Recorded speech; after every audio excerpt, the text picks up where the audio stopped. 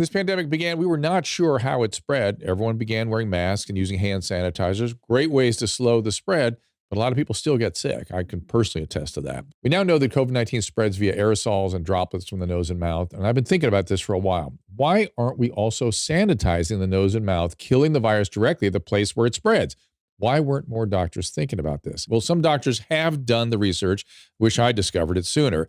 That's why I'm excited to tell you about Halidine. It's an FDA-registered antiseptic for the nose and mouth that's proven to eliminate 99.99% of the virus that causes COVID-19 in just 15 seconds. That's right. It's created by a team of clinicians with decades of experience in antiviral treatments, initially created to protect healthcare workers. These are smart scientists, and it's a great product that also eliminates many other viruses and infecting particles. I'm using both their nasal antiseptic swab and their oral spray to help protect those around me, and you should be too. For others and for yourself. Whether you're hopping on a 3-hour flight, always use it there, visiting grandparents, or attending a meeting that you can't miss, Halidine's family of oral and nasal antiseptics give you the safe, easy, on-the-go antiviral protection for up to 4 hours. I encourage you to try Halidine at halidine.com today. My listeners get 10% off with the discount code Dr. Drew. That is HALODINE.com, discount code DRDREW. So obvious. It just makes sense. Stop the virus before it spreads and gets in your body with Halidine.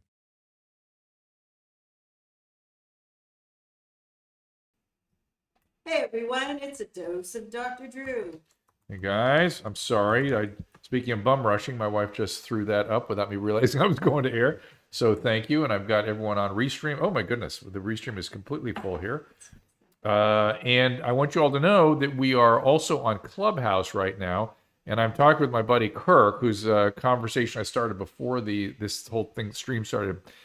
Susan, is this phone blocking my shot? Just curiously, is this phone in the way? I feel like it's right in the middle. Okay. And Kirk is a fine artist. He has kirksworkshop.com. It's a cool kind of street art thing. And we were just talking on Clubhouse, right, Kirk? Yes, sir. We was just kicking some flavor, Doctor, man. I appreciate you having me up here. And you were saying that the NFTs, which, if you guys don't know what NFTs is, it's sort of a way of getting a piece of your art. So when you sell it, and every time it sells, you retain a piece of it, right? Would that be about right, Kirk? Yes, sir. So go to Kirk's workshop, buy his art. It's pretty cool. It's sort of street arty. And you also had formal art training, right? In addition to having been a street artist? Exactly. Yeah. I got a degree in art. From where? I went to the Maryland Institute College of Art. You know, I call myself the Bachelor of Art. And you're in Texas now? Yeah, I'm in Dallas. How did you end up down there? Well, I'm originally from Dallas, so got it. Yeah, I got a scholarship to go up to that school, and I made it through. And I taught for about 7 years, AP art, and then I've been living as a full-time artist ever since, man. You have some cool pictures up here of people with your posters and postcards and shirts and things. So you're doing pretty well down there, it sounds like. Well, it's hard out here for a painter sometimes, man, but somebody got to do it, So, like I said, I just kind of been tuning into this revolutionary technology that's going on, man, with not just the Clubhouse, but, to talk about the crypto and the NFTs and putting your art on these blockchains and all kind of stuff, man. It's just, so, yeah, but, I mean, I'm surviving, I just had like 48 hours with no power out here, man. Oh, yeah. How'd you do with that? You froze to death nearly. Yeah, man.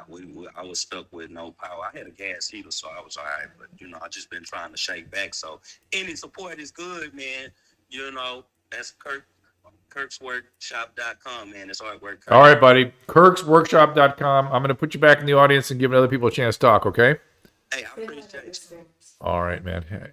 So, yeah, Restream, I said hi to you guys. Susan didn't hear me, but we did say hi to you, and I'm watching you guys to see if there's anything you guys want to talk about. Somebody just put a thing up here about vaccine levels in Joe Biden, and I can't, for whatever reason, couldn't quite read it. I was trying to read what you were saying. Okay. Biden has ordered fast time for vaccine doses. I don't know what you're saying. That's Ronald Hool. I don't know what that means. So, sorry, I just can't make sense of your statement there. What is the Clubhouse? The Vapist Clubhouse is this app that allows people to just chat on the phone. There's this new social media concept. We're just trying to integrate it into what we're doing here. Great match. You got your first vaccine, Moderna. Excellent. Well done. And yeah, if you want to talk to me on the phone and be a part of the stream, you just go into the Clubhouse. You look for my face, I guess is what you look for. And then you just join the audience and then raise your hand and I'll put you in the thread here. So This is our phone call system. yeah, this is our new way of doing call-ins with Clubhouse. I've never been able to do this. Yeah, this is Alan. Hey, Alan, what's going on? Alan? Hello? Hey, buddy, what's happening? Oh, hi. Can you hear me? I do hear you. Do you hear me? I do hear you. So, Drew, I'm not sure if you're aware of a portion. I've never partaken in this part of Clubhouse, but it's a big part of the Clubhouse culture, which is shooting your shot. And usually it's somebody asking to like, oh, I'm attracted to this person that's in this room, so I'm going to shoot my shot. But this is different. I want to shoot my shot with you to possibly come on a show that I have on Clubhouse, which is like a comedy sex advice show. We have a gynecologist, a urologist, Okay. and comedians and stuff. It's kind of like a Old school love line. Yeah, exactly. You're So missing the mental health. You're missing the drug and alcohol and mental health piece though. So I'll have to give you that part. Well, it's called comedy. So Comedy? we're focusing mainly on the sex aspect. So trust me, the drug and alcohol and mental health part figures into every part of the sex aspect. That's why I ended up going down that path so thoroughly. Is because there was so much stuff going on in the mental health front. I had to really educate myself as fast as I could when I was early in the Loveline days, and then I got way into it. So Susan, can he email you? No, just what's the name of it? We'll follow it. It's called it's in the hold on one second. It's in the Email it to contact@drdrew.com. I see that you have it. I'm looking at your profile. I'll set it up afterwards. Okay, yeah. So send an email to contact@drdrew.com, okay? Okay. And hopefully we will affirm the shooting your shot, okay? All right, that sounds amazing. All right, buddy. Thank you. Thank you. You got it. That's kind of fun. This is how Clubhouse works, everybody. Who knew? We're new to it. Yeah, we're new to it. We're just fooling around with it. Is there such a thing as do not vaccine list? I'm 53 and wondering if it'd be safe for me to get it. April, I don't know what you mean by do not vaccinate. I imagine if you're hyper allergic to vaccines in the past, they might have an issue with it. And in terms of, there was just some guidance given out this week about oncological patients, and they're essentially saying, once your neutrophils recover, once you finish your cycle of chemotherapy, get the vaccine as soon as you possibly can. So they, even people with severe illness, they're saying, get this vaccine, get it quickly. So I don't know of any absolute contraindication that I can think of. Trisha says, it's like social media mixed with audio phone calls, but to each his own. Yeah, Trisha, it's just phone calls. It's social media in the sense that people get access, but it's really just phone calls once you access through the. We talked to Eric Stone Street last night. Yeah, we had a guy. Eric, I went on there last night, and Eric Stone Street had a room, and so I went in and talked to Eric. He's a guy I've known for a while. Very, very funny, very nice guy, and he put me up, and we chatted. Hadn't spoken to him in years, so it was nice to speak to Eric. This is Amir. Let's see what Amir's up to. Hold on.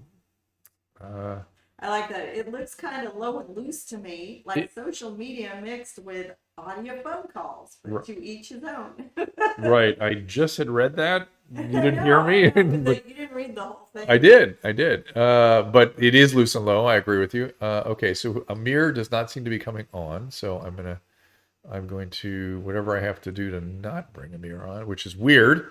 Once you ask somebody to come on, it's hard to get them to not come on. I guess you can have multiple people at once, which is kind of. We're on a live stream show, so Kind of interesting. Hello. Hi there. I Hey. consent. It's Emily, the guidance girl, your old pal from back in the day. Oh my God, Emily, how are you? You remember I'm Emily good. from How back? are you guys? Emily, are you in DC now? Is that where you were? I forget where you were. New York you and should find it Austin. So maximum volume. Hold on a second, Emily. Hang on. It's good to hear your voice. Yes, it is maximum volume. Susan's trying to get you adjusted here so everyone can hear it. So what have you been up to? just trying to manage. I hear So you. good to hear your voice. I'm so glad that you're on here. It's great to see that you're doing well. It's weird. All this has been quite a year, right? So weird. Oh, it's been a crazy year for mental health too. No Yeah. pun intended. I mean, we need all the support we can get. I'm finding that Clubhouse, I'm just, like, again, so glad to see you on here, is doing such a good job. And some of these moderators are really on it. There's a huge amount of support in the mental health community on here. And Oh, good. for me, I'm always a little bit hesitant Oh, wow. for people to be sharing so much information, but they have great moderators. People are really doing a great job here. So I'm excited to see you, and hopefully, we can connect more on here. Absolutely. So, Emily, where do you want people to go to find you? The Guidance Girl, or Guidance Girl M, on Instagram. That's EM. And I used to see you guys all the time on the show. And I will say, one of my favorite memories to this day is when I got to go on Love Line with you. So Oh. I appreciate you for that. Thank you so much. That's too funny. Yeah. So, and welcome. You guys have I'm so excited to be here. And Thanks, Emily. Now say it again. Tell people again where to go. One more time. Guidance Girl EM. Got it. Social media. Perfect. Guidance Girl EM. Emily, great to talk to you. Hopefully this won't be the only contact we have. You got to, again, best way to get to me is contact at drdrew.com. That goes into Susan. And so she, of course, is on top of everything. Jax L says, no mask, no vax. Why not, Jax? Why not? It doesn't make sense to me why you wouldn't want to do that. And if not, by the way, well, that's fine. But I think we have a responsibility to each other as well as to yourself. And now, if you're really young, if you're in your 20s or something, I kind of get the no vax thing. But again, there's a certain, we have a problem right now, right? Where this virus is replicating in such high volume at such high rate that it gives it tremendous opportunity to evolve. That's the mutations. That's the variants we talk about. And that is evolution in real time in a biological system, a viral system. And that's what's happening. And the more the volume and the more the virus, the more the opportunity for these errors that end up becoming strategies that the virus use to get around the vaccine, to get around people like me that have immunogenicity against the virus that I got, but may not be immunologically active against the variants. And that I don't like. I do not like that. I think for me, I've had enough right now. In fact, right now, I'm having really bad ringing in my ears, which has been one of my long hauler symptoms, which now Dr. Fauci is calling post-acute sequelae COVID, PASC. Sorry, Sue, she keeps looking at me every time I say that. You need to send that to me. PASC, post-acute Text sequelae. it to me. I don't believe it's going to stick. He's trying to get post-acute sequelae COVID as the new name for long hauler. I think long hauler is just it was so organic how it developed. In any event, this ringing in my ears is intense today, and particularly right now. And so I know that my long hauler stuff is alive and well. And I may have to take a vaccine at some point, but right now I'm just following my antibody levels with my Additic score, which is something you all can do at additicscore.com if you're interested. This is Taylor. Hi, Taylor. Taylor's up there. Oh, shit. What's the matter, Do Susan? you want to go to the COVID tracking system? I don't, but you have it up there? It popped up. You just put it up. What did you put up? New York? Never mind. You sent it to me. I wasn't sure if you wanted me to post it. Yes, Anthony Howard Brown. Hopefully Johnson & Johnson is rolling out soon. Taylor, I see you there. You're not speaking. Your mic is on mute. I don't know if you're aware of that. I can see that your mic is muted. Dr. Drew, sorry, I didn't know if you were ready for me. I'm ready for you. What's going on? Hi, nice to talk to you. I just had a question. Since you went on record in 2014 saying that marijuana use was highly addictive Yeah. compared to opioid use, Have you changed your stance on that, given all the science? I work in the industry here in Pennsylvania. We have medical marijuana, and there's 23 qualifying conditions. Yeah. So let me just say again, I have treated marijuana addiction hundreds, maybe thousands of times. And that doesn't mean that everyone that smokes pot or drinks alcohol gets a problem with it. This is my point. It's always been my point. Just because I never said it led to other things. I never said that. It's always been the same thing, which is that what happens in people that get severely addicted to cannabis is they start looking for other ways to sort of feel better, and they can go on to other things when the cannabis wears off, if they're using it, a lot over long periods of time. That's a very small percentage of the population. I just tweeted this morning. Look at my tweet that I was saying I prefer to treat. I have no problem with people getting off opiates using cannabis. I've never had a problem with that. And I wonder why we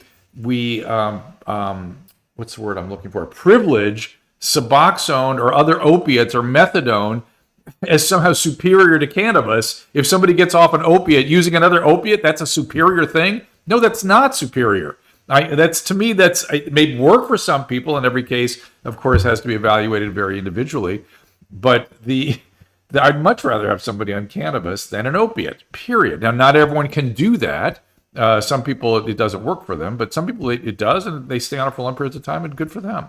I don't believe, look, Taylor, there's no such thing as a good drug and a bad drug. It just doesn't exist. These are chemicals that humans have a relationship with, that are good, that can have liabilities and can have utility in given circumstances in a given individual. That's it. All these chemicals, any chemical you name that humans consume, it sometimes has therapeutic value. It's sometimes worth the risk. Sometimes hurts people. Sometimes it's neutral. That's the way it goes. That's the way chemicals are with the human. Make sense? I appreciate you clarifying that, Dr. Drew. Thank you. All right, you got it. Whoops, I don't think that's working. Let's see, who else is waving here? So,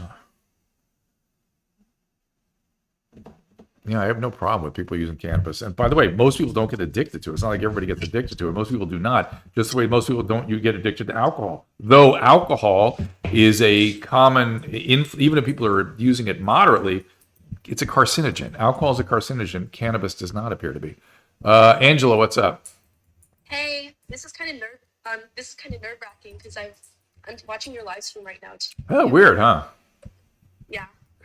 So I actually found out about you through watching the Frenemies podcast, and I'm actually a huge fan of Trisha Paytas. I didn't used to be because she was pretty problematic, but I really loved how you dealt with her and her mental health. And so I was wondering, what are your thoughts on Trisha Paytas? Trisha, what I like about Trisha is she is very forthcoming about her psychopathologies. She doesn't hide anything.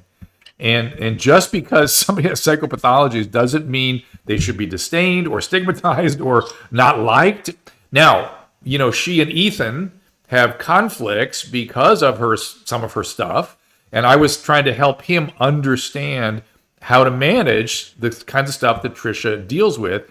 And Trisha can't help it. She has a series of disorders, that might be too strong a word, conditions that make her react in certain ways in certain circumstances. And Ethan didn't seem to understand that. And I think I helped them because they were having lots of conflicts. And you're not going to change people. People look at somebody like Trisha and they want to change them, right? Why weren't you meaner to her? Why didn't you come down on her? Why didn't you confront her? That would do absolutely nothing except maybe hurt that person. And I'm not interested in hurting anybody. And by the same token, people were critical of me supporting her because I didn't support Ethan. And that was my job. I was supposed to help Ethan understand Trisha. That's why I was there. So people who want to say that didn't understand even why I was there. So thanks, Angela. Anything else about that? I was wondering, as you mentioned, a lot of the comments were mentioning how you seemed a little bit to be tough on Ethan. Yeah. But I was wondering, in normal circumstances, is it up for, if someone were dealing with someone like Trisha Paytas, is it up to them to manage their mental disorder? Up to Trisha? Yeah. That's like saying somebody who's addicted to drugs should just get their shit together, should just stop doing drugs. It's up to her to get treatment. You can't hold people responsible for their conditions. You can hold them responsible for their treatment. So let's use drug addict as a paradigm. So drug addicts, you can't say, hey man, don't you see what you're doing to your family? Don't you see what you're doing to your body? You need to stop doing that. That person will double down at that point. They'll go do their heroin right that moment. But if you tell that person, hey, I understand you're strung out. I understand this is tough. I understand you don't want to stop. If you don't stop, that's on you. You need to get treatment. But treatment takes a long time. And I would say the same thing to Trisha. She needs treatment and she's getting treatment. I did say that to her, and she is getting treatment. And it will take, for her to really change, 5-10 years. It takes, brain changes are very slow. So, in the meantime, you have to kind of help those people and learn how to be around them if you want to be around them. Otherwise, don't be around them. That's the other thing to do. You just go, I can't take it, I can't handle it, whatever. Does that make sense? Yeah, for sure. Thank you so much. All right, Angela, well done. Okay. We got we got a couple more hand raised. And again, anybody raising your hand, understand you're going to be going out on a restream. On a live stream on Facebook, YouTube, Twitch, and what did I miss? Periscope. So if you're coming on, you are consenting to that from Clubhouse, and we're using our Clubhouse friends as a source of caller interaction. Brian Baker, hang on a second. We'll talk about Brian has an interesting question on Ustream. Hey, buddy, how are you, Jesse? Yeah, Jesse. Hey, man, what's happening? Nothing much. Glad to. I'm just thankful right now, especially with this year on what we've been experiencing, and thoughts and prayers about everyone in the room that has had family members affected, or if your jobs have been affected. We're all going through it. Jesse, good thoughts, man. Where are you now? I'm in DC area. Currently in Alexandria, but I'll be moving back to DC next week. How's your life been affected? You doing okay? Oh man, it was horrible. Yeah. I mean, I think the thing that I had to remind myself was that there's so many people in worse positions. But I lost my career last year in March, and I was just without a job for a while. And what kind of work do you do? I was in hospitality management, so I worked for Marriott. I was operation manager for Marriott. And, so they should be ramping up again pretty soon. You gonna go back to that? Yeah, they're ramping up. The only thing is that they furloughed a lot of associates back in March, and then we had to, then we furloughed the managers, and I got a call in July of last year saying that, they're going to let me go. So, well, let me say something. If we could all just, if we could corral social media and use it for good and not have it be so as it has been, one of the things that I like is the interconnectivity. For instance, Jesse, you sound like an amazing guy. I'm sure you're a great employee. What do you want to do? Let's put it out there and put a way to get in touch with you if somebody has a job. Are you already working again? I'm working right now just to pay bills, But well, what do you want to do? My passion is humanity. I care for people. I really do. Service industry. Right. All right. So here's the deal. Here's what we're going to do. I don't know where people should contact you. Maybe on Clubhouse. Where do you want people to go if they've got good service industry jobs? They're looking for guys like Jesse to fill them. Where should they go, Jesse? You can definitely you can email me at jesse.page. How do you spell it? Jesse, Jesse dot. What's your last name? Page, Paige. Jesse dot Page at me.com. me.com. All right, buddy. Good. You sound like you sound like a great guy. You're the kind of person that I would think somebody would want, up front in their service industry. So let's see what happens. All right. I will appreciate the talk. All right, buddy. Let's see if that works. Drew, yeah. Plugs. No, I think that's good. Social media is so full of disgusting vitriol that to use it for good, I believe it could be used for good. This is the kind of thing that it seems like it'd be good for. Like Jesse sounds like this great guy. Yeah. You have an employee need somewhere in Alexandria or outside DC, or maybe it's in Maryland or something. Right. And it was Jesse.Page, JESSE.PAIGE at me.com. Now, Brian asked a question here. Okay, hold on here. Brian asked about Jordan Peterson, and I didn't get Brian's last name. Brian wants to know essentially what happened to Jordan Peterson, and I'm going to tell you what happened. I'm going to tell you what happens in cases like that, to the extent that I can explain this to you. So here's the deal, I'm telling you. What I'm telling you is based on what Jordan Peterson has said publicly and Michaela Peterson has said publicly. And if you saw the London Times review interview, I did an interview with Michaela after London Times disgustingly distorted everything Michaela said. Michaela described, go listen to that interview. They put it up in its entirety. And you can see, you hear the incredible stress that both Michaela and Jordan Peterson were under and how hard Michaela worked to get her dad treatment. And she did and got effective treatment, and he is great now. The basic issue that he's been discussing that happened to him is he was prescribed Klonopin, was taking it appropriately, but there's Brian Baker. There you go. They escalated the dose to moderate levels, and when he tried to come off, he developed severe withdrawal. The thing about Klonopin withdrawal, it has lots of nefarious elements and complications to it, and it can last over a year. It can last a long time. And his daughter, he got very seriously ill with it, with the withdrawal, and she took him around trying to do various kinds of techniques to get him out of this. And he developed some other complications in response to that, something called akathisia, and which is, a horrible condition. And eventually got well. And I think where you'll start to see his podcast are up again, his Instagram is up again, and he's starting to be his old self. But this is what I've been saying, and I was saying it yesterday on this thread, is benzodiazepines are the epidemic we are still in. Obviously, I think people are aware that opiates, I don't know what you're saying. Tell him I have had it. Tell him I've had it. Brian, you mean benzo withdrawal? Is that what you're saying? So the benzodiazepine epidemic is with us still, right? This is Klonopin, Valium, Xanax, sleeping pills. They are prescribed in massive excess. We have curtailed somewhat the opiate prescribing problem. We have not curtailed the benzodiazepine problem. And as such, benzodiazepines are harming people right and left. And let's be clear, benzos with an opiate is a lethal combination, should never be done together. And if you are a drug addict, if you have a history of drug addiction, you should never take benzodiazepines. If you do, make sure people from the recovery community are there with you to support you in case it triggers other things, which it typically does. And Tom Cigar says he loves benzos, so he never touches them. Generally, that's a good, if you love a drug, if you love it, that's something to watch out for, because that's an exaggerated neurobiological response to a chemical. It's not supposed to feel like that. So if you love clonazepam, if you love OxyContin, if you love cannabis, whatever you love, be careful with it. Be very careful with it. Let's see. Here we go.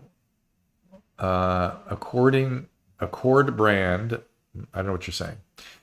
Jordan Peterson coming your own guest appearance on an event. So weird. Okay. Map Varel says, any recommendation for Jordan Peterson conversations?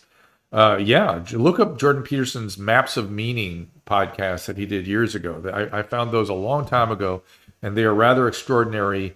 I don't want to say thought experiments. They're thought journeys through anthropology and psychology. So Maps of Meaning, look at that. E. Dexter would love 10 milligrams of OxyContin right now. I'm sure a lot of people would. It's not okay for you.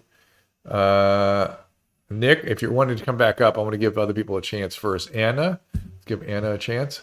Hi, Anna. What's going on? Hello. Hi there.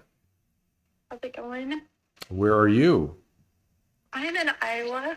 Nice. And I live a pretty quiet life, just family at home, looking for work in the marketing industry here. Nice. What part of Iowa? Near Des Moines. Des Moines, which is, there are a bunch of schools around there too, like Drake and, right? There's a bunch of stuff there. Yes? Yeah, there's higher ed here. There's public schools, private. Nice. All that. So what's on your mind? I haven't been much of a listener, so I'm learning more about what your realms are right now, and kind of interesting to me. We can talk about anything, really. I mean, this the crazy thing about Clubhouse. It is just that it's this.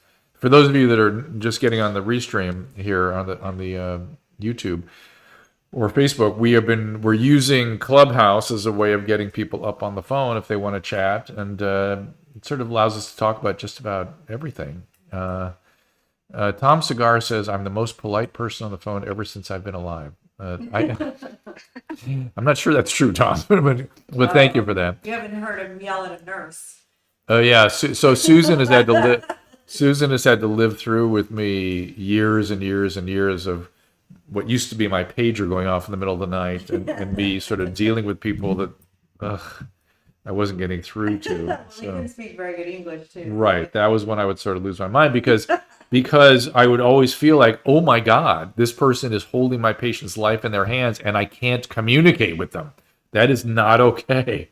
So that, but Tom Cigar, Trisha, I love nurses. Trust me, I'm very kind to my nursing colleagues.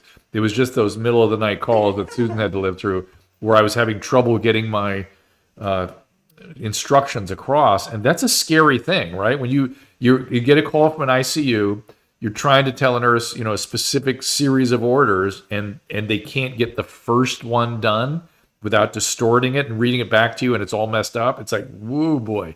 Anyway, Anna, what's going on?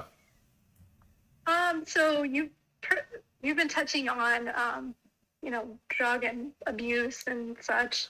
So in my life, I guess I can say I started out with I live a quiet life, partly because I've implemented no contact with a lot of people. I mean, because of the lockdown? No. That's just you. More from drug and alcohol. And do you think that's the way to go sometimes with people that in your life that are dealing with just abuse? Oh, honey, I'm trying to understand what you're saying. So you have a history with substances, and your way of dealing with it is isolating? No. No, you have somebody you like, somebody your family members. Yeah. Can you, to whatever degree you're comfortable, how close a family member?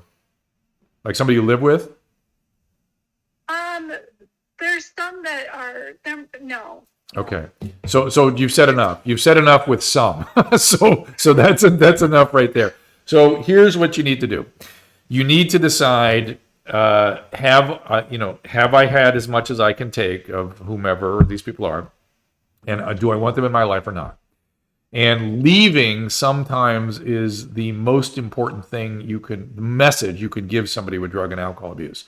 That gets their attention almost like nothing else. So just saying, I can't stand this anymore. I can't stand to see you dying, or whatever it is that's making you want to pull out.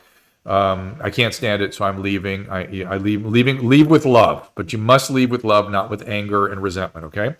Now, if you want to do something more productive for yourself and for your loved ones, go to a program called Al-Anon. It's available on Zoom meetings every hour. Go to Al-Anon, get a sponsor, and start doing the work of Al-Anon, and you'll be shocked how your relationships with these people change. Okay. Right. No? Yeah. That you don't like that advice? Have you done it before? I've taken other steps to healing, but I feel like I have a healthy outlook. There's just, repeatable offenses where I've been a target. So yeah, if somebody I leave the door open, but yeah, but don't deal with them if they're using and you don't have Al-Anon. That's what I do. Yeah, if they're using and they've been abusive to you, they will do it again if they're still using. You have to change the dance, and you have to change what's going on in your head in order for that dance to change. And that's what Al-Anon is. Or a therapist. Get yourself a therapist and start doing a lot of good work. Right? Right. So I have removed them. Okay. From my life. Okay. But I don't like that well, here's what's troubling me is you opened up with talking about how you're kind of isolating. Now, if you're isolating because you're been beaten into submission by your loved ones, that's not okay. If you're isolating because you're afraid of COVID and you're trying to, do that thing we're all doing, that's one thing. But if you've been made that way by your relationships, you got to do something. You got to do something kind of active, it just goes on and on and on. It really does. And you got to remember, codependency is a condition just as much as substance use is. And some people even say that the co's have a more tender problem. It's a deep concern that gives them difficulty with boundaries, amongst other things. So be very, very, come to your own defense. For those of you that raised your hand, I'm putting you up on Clubhouse. And if you raise your hand, no, not Kristen, not only alcoholics, it's of course alcoholics and addicts. No matter what your substance is, I don't care. To me, addiction is addiction. It's addiction, right?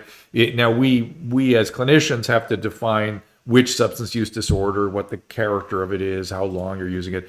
But look, no matter what your substance of choice is, it pretty much has the same implications.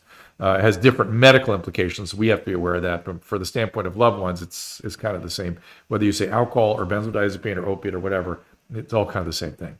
It's just all the things that activate that reward apparatus. Somebody wants to know if you can take questions from the chat. I am taking questions from the chat. Yeah. The restream, I've been taking questions right along from you guys. Molly says she's been working on codependency for 20 years. It's not easy. No, it is not. Yeah, Anthony Brown is saying that the results are always the same if you don't do treatment.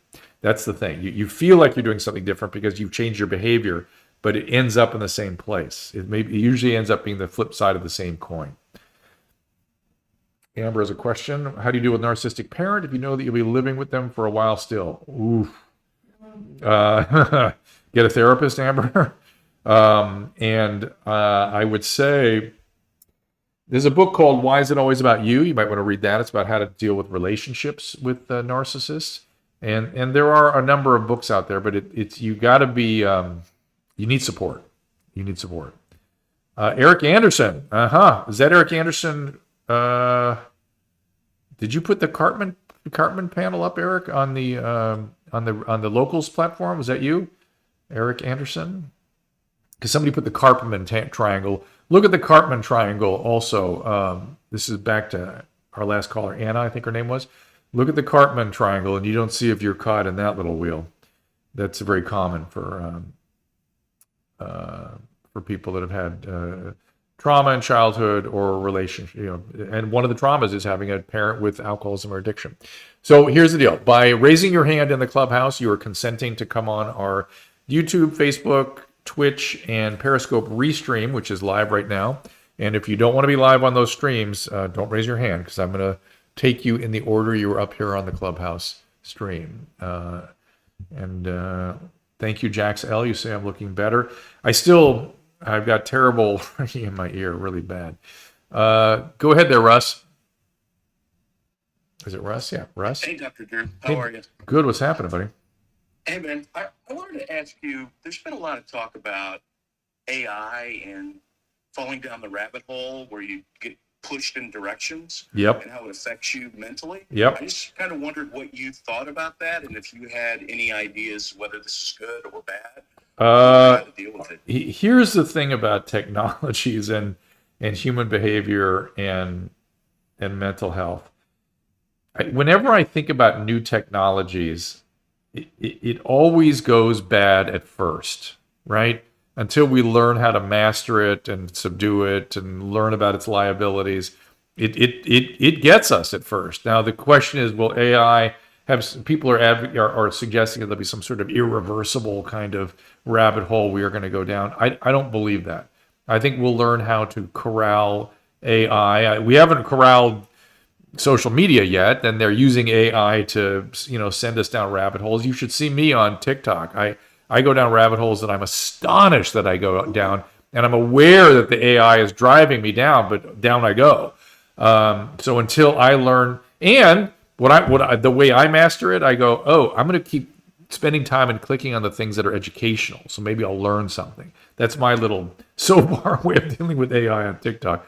But in terms of sort of the silos of information and news that are out there, I think the bottom line is everyone understanding that everything they read needs to be carefully vetted and evaluated.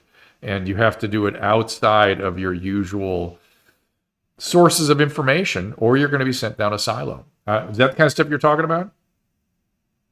Yeah, exactly. Just It's worrisome. It's worrisome. well, yeah, and you tend to reinforce what you think anyway, and then kind of get wrapped into that web. You know what? I'm also hoping that people learn about their cognitive distortions because of this. I know I'm much more aware of my cognitive liabilities because of how things have gone with social media, news, and stuff. I have all kinds of. We all do. No matter how careful you are, your brain is constructed in such a way that it has these cognitive distortions and liabilities, and you have to just constantly be aware of them because the AI is taking advantage of that more than anything else. And so if you're aware of your own, how your brain works, you know what? Susan wanted me to do some mini lectures. We should do one on, we should do one. I've got a cognitive scientist we could come on with and do like 5 little mini lectures on cognitive distortions. He's very good. I'm sure he'd be happy to do it. Yeah, and that to me, Russ, is the big liability, is our own, how our brain works, and if we're not aware of it, but if we learn from it, it could be good. Thank you for that question. I'm going to go back on how am I doing on time here? How long have I been going? I have no idea. 44 minutes. 44 minutes. I'm sort of burning out a little bit. I'm kind of having a little bit of I'm having a weird COVID day a little bit. It's so funny. Ashley Renee Lawrence says, Alex misses you. Well, I miss Alex, so how about that? But I think I'm about wrapped up over there. We're going to do a retrospective on Fox 11. That's the local news channel I've been working at, where we're going to look back at the last year. But I'm not sure I'm going to be doing much of a nightly thing there. I suspect. I'm going to put the Statue of Liberty in a picture. Oh, geez, Amber, that just sounds terrible. And I'm going to read this. My dad no longer talks as he's disowning from being transgender. My dad is bipolar and doesn't agree with taking medications. Oh, my goodness. My mom is getting help, but that doesn't, just argue all the time. Amber, at a certain point, you've got to go lead your life. We never, we can't pretend our family doesn't affect us, and you can't not want to have a decent relationship with them. But if they're not willing, if they remain toxic, you need to give it a little time. And maybe, one of the great ways to deal with that, I'm sure if you're transgender, I hope you've had some therapeutic work, and having that secure base of a therapist can really help with the toxic people. So, V Rail says, I'm so appreciative that Susan likes the YMH references and loves the jeans crowd. So she does. Yeah, she loves the mommies and the jeans. Those of you that don't know, on Clubhouse, I have a podcast called Dr. Drew After Dark. I do suggest you check it out. It's with Tom Segura's wife, Christina P. And it's quite fun.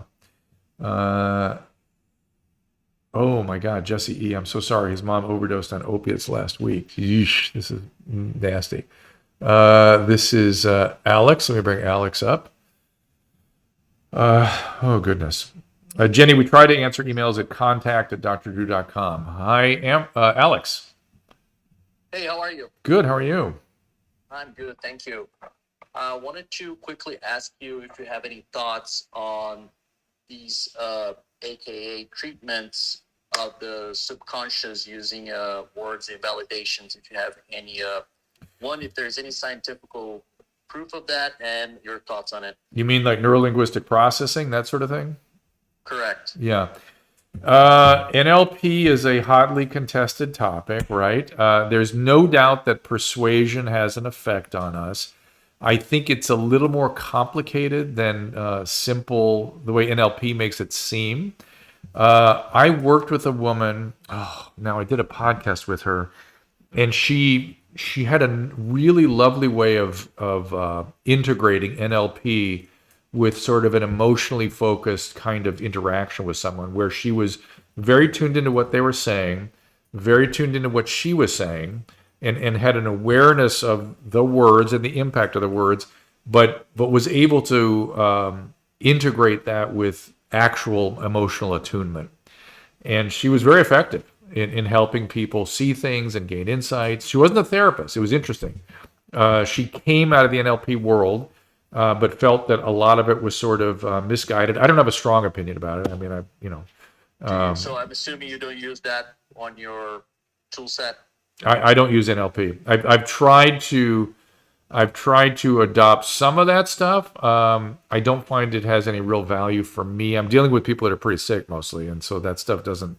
I'm just trying to get people feeling secure and cared for. That's sort of my job, and then dealing with their medical issues. What you tell me about NLP? What do you think about it?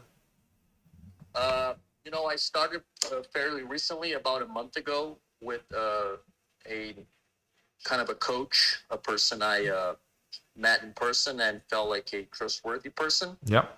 I don't have a very well formed opinion yet, but I figured it couldn't hurt, Yeah, it's as you describe it, it's a tool. It's a tool set, and Right.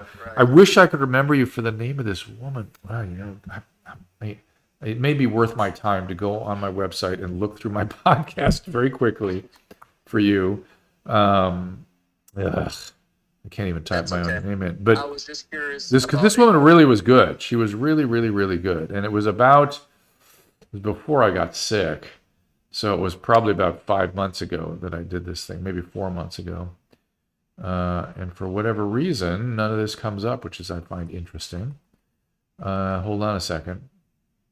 All right, here we go. So that podcast, I'm curious about what, how my website works. I haven't been on it in a little while. Now I'm okay. Gleb Tsipursky is a really good cognitive psychologist. Gleb Tsipursky, Tsipursky. He's the guy I want to bring in to. I'm looking at drdrew.com to come up with these reviews. Okay, I think the woman I spoke to, it's either Linda. Yeah, it's Linda Ferguson. I'm pretty sure that's who this is. Her name is Linda Ferguson. Yeah, this is she, and she's an NLP. She was sort of pitched to me as an NLP person, but she had I suggest you listen to this podcast because she was very interesting. It's episode 460 of the Dr. Drew podcast. Linda Ferguson, Ferguson. I think it might help you in terms of integrating what you're doing with NLP. It might actually be helpful for you. Okay. Okay. Thank you very much. You bet. You bet. I'm amazed I was able to find that. That was a pretty good move. The good news is the website works beautifully. I was able to go right downstream into it. Really great. Yeah, it's all your shows are on Dr. Drew. Well, all you got to do is click on the shows. I think we need to make them bigger a little bit. drdrew.com is where you find that. Eric Roman said, no. Sorry, man. You guys are funny, but there's a lot of mommy humor on here today. Tom Segard, you're on a roll today, buddy. I guess you walked by the camera, Susan. They like that. I had a photo bomb. They gave you a shot. Do long hauler symptoms last 4 months? Richard, technically long hauler is anything longer than 3 weeks. And I am now week 10, and I'm still, you can't imagine the ringing in my ear right now. It's kind of nasty. When I get tired, it gets worse. Crystal says she hopes everything turns out okay. I don't know what she's talking to. Can I talk about toxic encephalopathy in regard to overdose? Research, but it's complicated. Okay. Toxic encephalopathy, Jesse, is just a giant category of global brain dysfunction, either caused by substances or substance withdrawal or something metabolic or hypoxemia or low oxygen levels or you can get it from almost anything. I mean, it's anything that's globally affecting the brain. We think about it mostly in terms of drugs or some metabolic state, and the brain just doesn't work right. The hallmark is you can be wild, the behaviors can be wild, the thinking can be wild, but you're not properly oriented. That's the difference between a psychotic patient is typically oriented. They'll know what day it is. They'll know who they are. They'll know where they are. Toxic encephalopathy, you lose track of everything. You can get an ICU encephalopathy. You can get a sleep. It's all kinds of stuff. Yes, they're using Dawnbreak. They've been using ketamine for depression for about 3 years to good effect for some people. Very good effect. Obviously, I've seen it tried in drug addicts, and it's been concerning.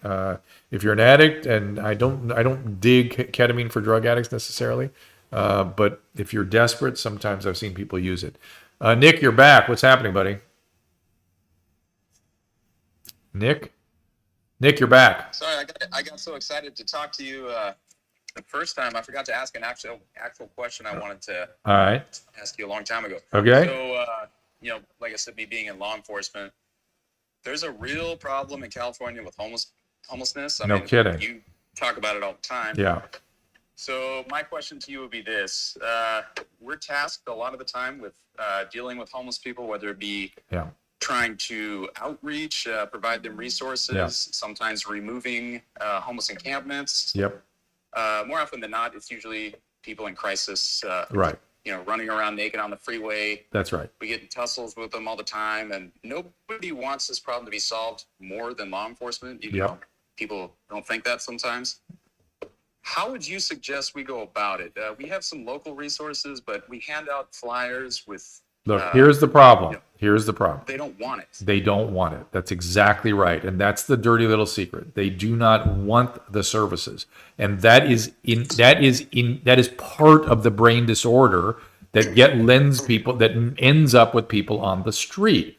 They have something called anosognosia. Anosognosia is something that we see in stroke patients. Like if you get a right-sided stroke, you ignore the left side of your body. You're not aware of the left side of anything. It's called anosognosia. And so you don't think there's a problem.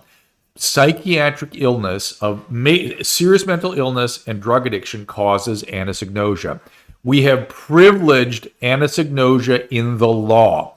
Trust me, when people are properly treated and brought off the street and given the medication or gotten sober, they're furious with anyone who left them out on the street in the brain condition they were in. Why did you leave me like that? Why didn't somebody reach out to me? Why didn't somebody extend a hand and say, come with me? Because you can't.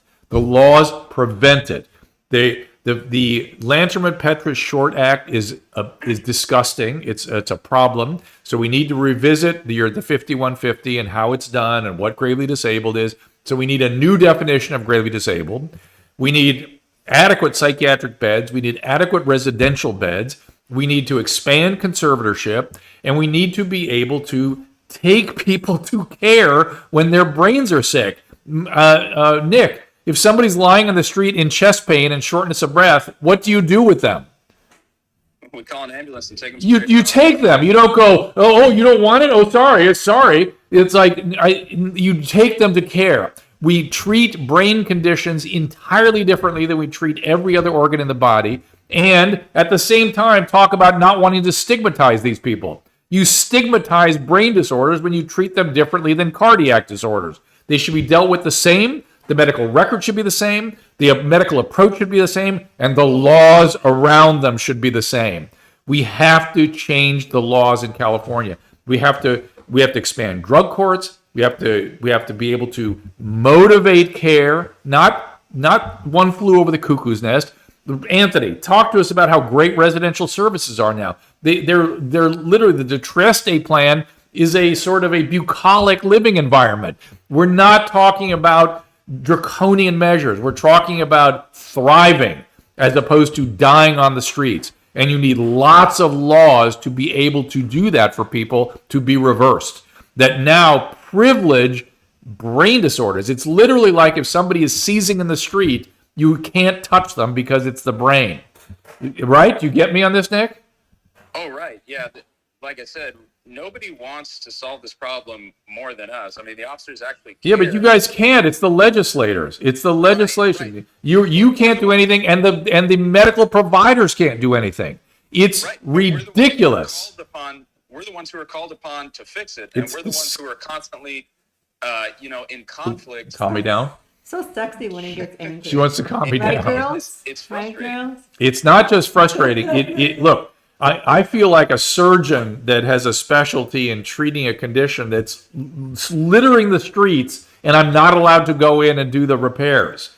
This is, right. and I'm watching, just in LA County, you watch 4 people die every day. And my note to these assholes that are legislatures and do-gooders is, what's the body count need to be? What is the body count before you're willing to do something? Right? Murderers. Absolutely, Nick. You got me all going here. So there you go. So I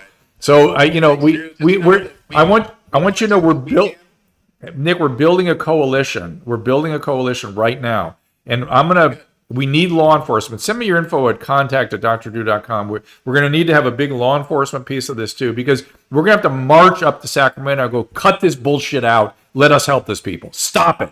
This is insane, and it's ridiculous, and you're murdering people. We want to take care of these people. And by the way, people think it's money. There are literally billions of dollars available to treat homeless. Billions. Sitting on the sideline because we're not allowed to use it. Okay? All right, Nick. Thanks, buddy. Yeah, thank you. Yep. Billions of dollars. It's not a money thing. And I think the Democrats in California like to use it as a symbol of income inequality when this has nothing to do with that. It has nothing to do with that. This is a mental health crisis where we have open air asylums in the state of California. It is disgusting, and it needs to stop. All right. I'm tired. They like what they're seeing behind me, though. Clubhouse, I may not get to these last calls. I'm really sorry. Artman, what is the number one best between meal snacks for someone like me, active, but still gets swole? Roast beef. And I'm saying that just generally. Or prosciutto is another good one. These are good. Don't forget to tell everybody about the Hillsides event. Oh, Hillsides tonight is coming up. You go to drdrew.com/Hillsides. And Hillsides is a therapeutic living environment, an educational environment for kids that come out of foster care, been severely traumatized. And it is literally one of the shining lights in Los Angeles, particularly. It's in Pasadena. We've been supporting it for years. They have an auction every year, and this year we couldn't do it. They have to do it virtually.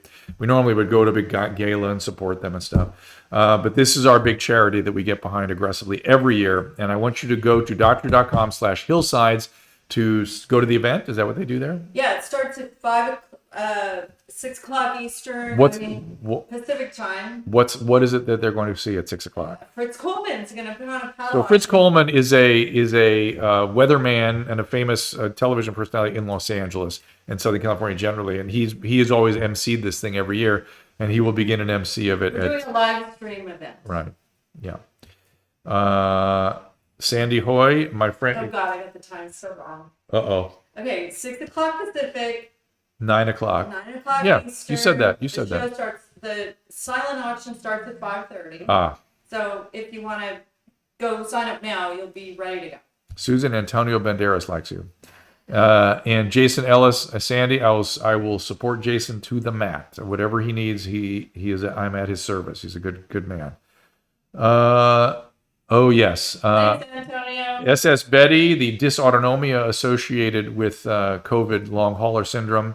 Yeah, that one of the first things my physician asked me was, do I think there's a component of dysautonomia? Dysautonomia, in other words, the autonomic nervous system being out of whack. No, I don't think I have any of that. I really don't. I think there are three things going on. You can have inflammatory piece, which is the cytokine system. I had that measured by Dr. Yogendra, and I'm up. And my VEGF and my IL-6 and all that stuff's off. So that's all long hauler range. You can have direct viral injury and infection, whether I still have some virus in there or just injured my brain. Hard to know which it was. Or dysautonomia, making me feel bad, short of breath, that kind of thing. I can exert myself. My strength is normal. I don't get any postural symptoms. I just nothing. My pulse is normal. It was a little weird when I was sick. I had a low pulse when I had a high fever, and then I had a high pulse 3 days later when I was trying to climb stairs. So something was going on in my heart, but I don't feel like that's an issue right now. So that's that. Yeah, the devil's in my brain, Chris. That's who it is. However you like to conceive of it, whether the virus is the devil or otherwise, I think I can be a little more specific biologically by calling it something other than the devil. How do we do with my anxiety, Kelly Gallagher? I had a lot of therapy, and my anxiety has been much better in recent years. So here's what we're going to do. We're going to wrap this thing up. We're going to ask that you come to drdrew.com/Hillsides. The auction begins at 5:30 Pacific, 8:30. 5:30 Pacific, 8:30 Eastern. And then there's actually an actual event that Fritz Coleman will be hosting that begins at 9 o'clock Eastern, 6 o'clock Pacific. And yeah, we'll see you there. And you will look at yourself in the mirror, Susan, the window behind me. I'm waiting. So, all right, Caliente Pinsky, we will get going here. Thank you all. And thank you, Clubhouse, for joining us. This was really fun. You guys were cool. And we will try to do some Clubhouse rooms in the future. I'll do some spontaneously and also some Clubhouse that we bring the callers in to be able to interact in the streams like this. So just trying to use social media in lots of different and interesting ways. So thank you, guys. Let's see. If I leave quietly, do I leave? Yes, I did. There you go. That was the end of that room. And we will see you all tomorrow, you think? Or you think maybe Monday? We're flying tomorrow. Late. Monday. See you guys on Monday. It is officially winter, and even though we're all taking precautions, it is high cold and flu season. Staying hydrated properly is key to helping your body deal with all this stress, and nothing has worked better for myself, my family, my patients than Hydrolyte, the amazing rapid rehydration drink mix you've heard me talk about for quite some time. I've been obsessed with it. Also, in time for cold and flu season, they have their latest formulation, Hydrolyte Plus Immunity. It's become a huge favorite around this household. Hydrolyte Plus Immunity starts with their fast-absorbing electrolytes and a host of great ingredients. Each single serving, easy-to-pour drink mix contains 1,000 milligrams of vitamin C, 300 of elderberry extract.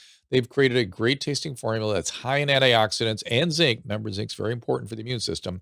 They've combined this with Hydrolyte's 7 key electrolytes, making this a fantastic way to stay properly hydrated.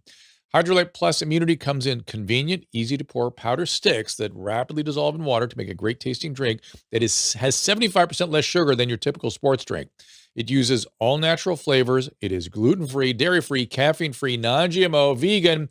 Hydrolyte Plus Immunity is also now available in ready-to-drink bottles at Walmart next to the pharmacy, or as always, you can find it by visiting hydrolyte.com/Dr. Drew. Again, hydralyte.com/DRDREW. And be sure to use the code Dr. Drew 25 at checkout for a special discount. Well, I too have struggled with GI issues over the years. I have something called Lynch syndrome, so gut health is extremely important to me. And while gut health awareness has increased, it's led to a wellness trend that's inspired a host of questionable marketing and some false claims. Now, you've seen the word probiotic attached to all kinds of supplements, drinks, even more. They may claim to deliver the healthy microorganisms our gut needs for proper function, but all too often the promises are in fact too good to be true. Thankfully, I became aware of a company called Seed and their flagship product, the Daily Synbiotic. Seed's Daily Synbiotic offers 24 clinically researched strains of microorganisms in a single dose. These strains support gut health and can improve regularity and relieve bloating, sometimes within as little as 24 to 48 hours. To me, what really sets Seed's Daily Synbiotic apart is the delivery system. While some products may offer the right strains, they're fragile, they rarely survive the trip through the gut, doesn't get where it needs to go, but Seed uses a capsule-in-capsule design that helps ensure the probiotic reaches your colon, which is where they often are needed.